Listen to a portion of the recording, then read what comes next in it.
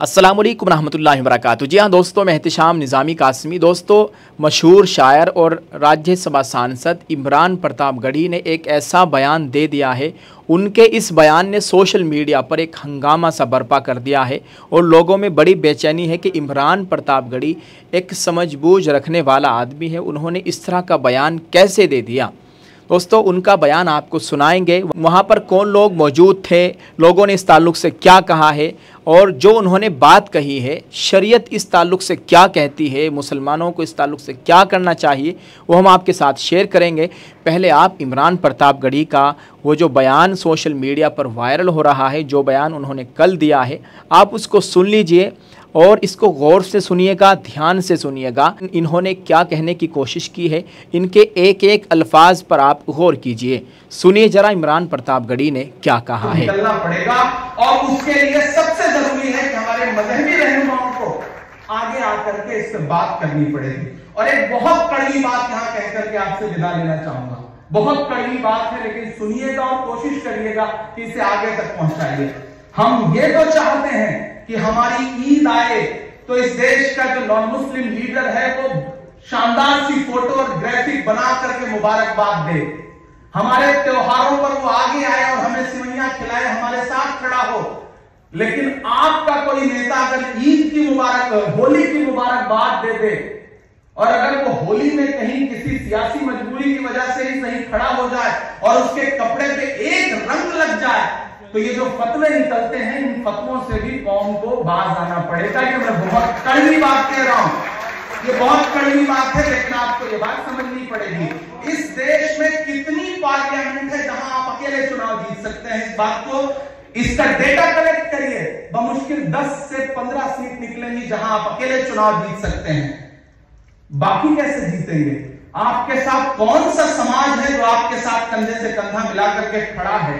उसको बांटने की बहुत सी कोशिशें तो हुई हैं पिछले 70 साल में, लेकिन जोड़ने के लिए हमने 70 साल में क्या किया है?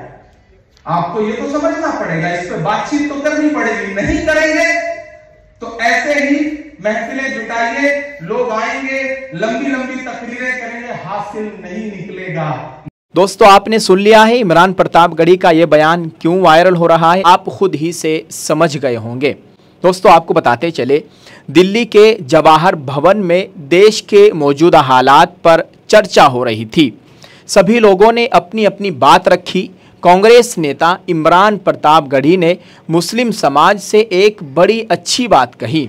आप मेरी बातों को गौर से सुनने की कोशिश कीजिएगा कि मैं क्या कहने की कोशिश कर रहा हूँ, किस अंदाज से मैं ये बात कर रहा हूँ।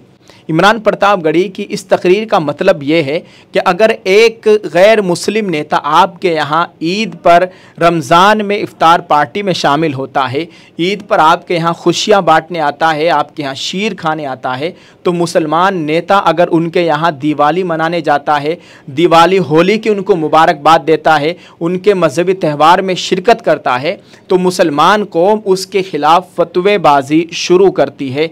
ये मकसद है इमरान प्रतापगढ़ी के कहने का। उनका कहना यह है कि अगर तुम चाहते हो, यानी मुसलमान चाहता है कि और लोग भी सेकुलर बने, हमारे साथ आए, तो तुम्हें भी सेकुलर बनना पड़ेगा। यह इमरान प्रतापगढ़ी की तकरीर का मतलब है, जो कि मेरी अदना सी मालूमात के मुताबिक है। दोस्तों, एक पत्रकार है वसीम अकरम त्यागी, उन्होंने इस ताल्लुक से क्या कहा है आपके साथ ये भी हम शेयर करते हैं। वसीम अकरम त्यागी ने कहा कि बहुत खूबसूरती के साथ शायर इमरान प्रतापगढ़ी ने बहस का रुख मोड़ दिया है। यह आपको समझने की बात है, बहस का रुख मोड़ दिया है। 4 जून के बाद आधा दर्जन मुसलमान लिंचिंग में मारे गए, उस पर इंडिया गठबंधन और पीडीए के नेता चुप क्यों है, ये सवाल इस मंच से उठना चाहिए था। लेकिन कांग्रेस नेता, कांग्रेस सांसद ने उसके बजाय दूसरा गैर ज़रूरी मुद्दा उठा दिया। जहां पर इमरान प्रतापगढ़ी ने जिस तकरीब में ये बयान दिया है, वहां पर मौलाना सज्जाद नोमानी भी मौजूद थे, वहां पर संभल से सांसद शफीकुर रहमान बर्क, केराना से सांसद इकरा चौधरी भी मौजूद थी, आम आदमी पार्टी के सांसद संजय सिंह भी वहाँ पर मौजूद थे, कश्मीरी सांसद आगा रूहुल्लाह मेहदी साहब भी इस प्रोग्राम में शरीक थे। बहुत लोग यहाँ पर बैठे हुए थे और मैंने इनकी पूरी तकरीर सुनी, इन्होंने बहुत अच्छी अच्छी बातें की, लेकिन आखिर में आकर इन्होंने ऐसा बयान दे दिया जो कि एक बहस व मुबासा का ज़रिया बन गया। हम आपको ये बताएंगे, ये जो इन्होंने बयान दिया है ये साफ़ तौर पर बिल्कुल मजहबी बयान है। आप इस पर क्या राय देंगे, आप हमें ज़रूर बताइएगा। दोस्तों, अब इमरान प्रतापगढ़ी का ये जो बयान आया है, इस ताल्लुक़ से शरीयत क्या कहती है, हमारा दीन क्या कहता है, वो हम आपके साथ शेयर करेंगे। दारुल का एक फ़तवा है, हमने इस ताल्लुक़ से जाना कि मुसलमान के लिए दिवाली मनाना या होली मनाना क्या सा है और शरीयत इस ताल्लुक़ से क्या कहती है। दारुल इफ्ता दारुल उलूम देवबंद से सवाल किया गया, जो लोग होली मनाते हैं उनका क्या हुक्म है। अब उधर से जवाब आया, बिस्मिल्लाहिर्रहमानिर्रहीम, होली और दिवाली वग़ैरह हिंदुओं के यानी हमारे दूसरे बरादरान वतन के मजहबी त्यौहार है। मुसलमानों के लिए गैरों के मजहबी त्यौहारों में शिरकत करना या उनका कोई मजहबी त्यौहार मनाना हरगिज़ जायज़ नहीं, सख्त हराम है। सख्त का लफ्ज़ इस्तेमाल किया गया है कि सख्त हराम है, बल्कि बाज़ सूरतों में आदमी काफिर और दायरे इस्लाम से खारिज हो जाता है। ये दारुल का फतवा है, आप ख़ुद भी देख सकते हैं गूगल पर सर्च करके, और इस फतवे को मैं इस वीडियो के डिस्क्रिप्शन में दे रहा हूँ। यहाँ पर आप किताबों का हवाला भी देख सकते हैं और पूरा फतवा आप पढ़ सकते हैं कि दारुल ने इस ताल्लुक़ से क्या कहा है। दोस्तों, ये बात हो गई इमरान प्रतापगढ़ी के ताल्लुक़ से। अब हम आपकी राय चाहते हैं, क्योंकि हमारे इस चैनल को 80% अहले इल्म हज़रात उलमा का एक बड़ा तबका हमारे इस चैनल को देखता है। अब हम उनकी राय चाहते हैं, आप अपनी राय ज़रूर पेश करें इस वीडियो में। अगर आपने हमारी इस बात को अच्छी तरह से समझ लिया है तो इस ताल्लुक़ से हमें कमेंट में ज़रूर लिखिएगा, ताकि वीडियो देखने वाला बंदा इस वीडियो के कमेंट पढ़ने आए तो वो इस वीडियो के ताल्लुक़ से जान जाए, समझ जाए कि इमरान प्रतापगढ़ी ने क्या कहा है और अहले इल्म हज़रात इस ताल्लुक़ से क्या राय रखते हैं, दीन शरीयत इस ताल्लुक़ से क्या कहती है। दोस्तों, ये गैर ज़रूरी मुद्दा है, गैर ज़रूरी बात थी जो इमरान प्रतापगढ़ी ने एक इतने बड़े मंच से कही है, जो कि मुल्क भर में उनकी बात खूब वायरल हो रही है। ऐसा हरगिज़ नहीं करना चाहिए था। ये हमारी अदना सी मालूमात है, हमारे मालूमात के मुताबिक उन्हें ऐसा नहीं करना चाहिए था। बाकी हमारे से ज़्यादा बड़े लोग जानते हैं, वल्लाहु आलम। आप इस ताल्लुक़ से क्या कहेंगे, कमेंट में लिखकर ज़रूर बताइएगा। अच्छा, इसी प्रोग्राम में, इसी तकरीब में कश्मीरी सांसद आगा सैयद रूहुल्लाह मेहदी भी मौजूद थे। उन्होंने क्या कहा है वो भी हम आपको बताते हैं। उनका मुख्तसर सा वीडियो क्लिप सुन लीजिए, उन्होंने क्या कहा है। काम बताओ तुम। चाहे वो लिंचिंग की शक्ल में हो, हम सभी को, उस दलित के लिए भी, उस आदिवासी के लिए भी, उस सिख के लिए भी, ईसाई के लिए भी और उस मुसलमान के लिए भी खड़ा होना है। और वो खड़े होने की जगह ये एसी में नहीं है, वो सड़कों पे है। दोस्तों, आपने सुन लिया है रूहुल्लाह मेहदी ने क्या कहा है।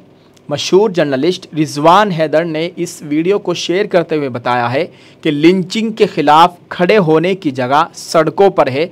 सांसद रूहुल्लाह मेहदी साहब को सुनिए, इतनी शालीनता से बड़ी बात कह दी। जो बात राहुल गांधी या अखिलेश यादव को बोलनी चाहिए थी वो रूहुल्लाह मेहदी बोल रहे हैं। सलामत रहिए और इसी बेबाकी से मजलूमों की आवाज़ बने रहिए। अल्लाह ताला इनकी मुकम्मल हिफाजत फरमाए। ये बात राहुल गांधी को, अखिलेश यादव को बोलनी चाहिए थी, उन्हें उठानी चाहिए थी, लेकिन उन्होंने ऐसा नहीं कहा है। और आज फिर शाम के वक्त, आज फिर असुद्दीन ओवैसी साहब के घर के बाहर आज फिर हिंदू संगठन के लोगों ने एक बहुत बड़ा प्रदर्शन किया, उनके ख़िलाफ़ उनका पुतला फूंका। ये बहुत ही अफसोसनाक मरहला है। इतना बड़ा सांसद, इतनी समझबूझ रखने वाला सांसद, 5 मरतबा का लोकसभा सांसद, उसके ख़िलाफ़ इतना तूफ़ान बदतमीज़ी, इतनी बदतमीज़ी हो रही है, ये बहुत ही सोचने वाली बात है।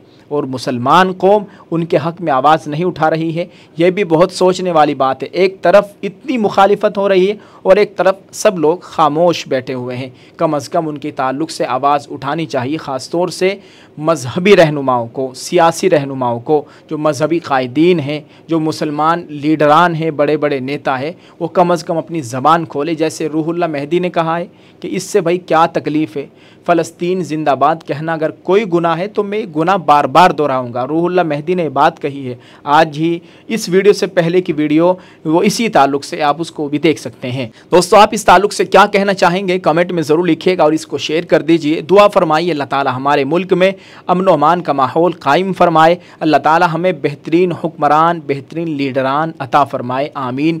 अस्सलामु अलैकुम व रहमतुल्लाहि व बरकातुहू।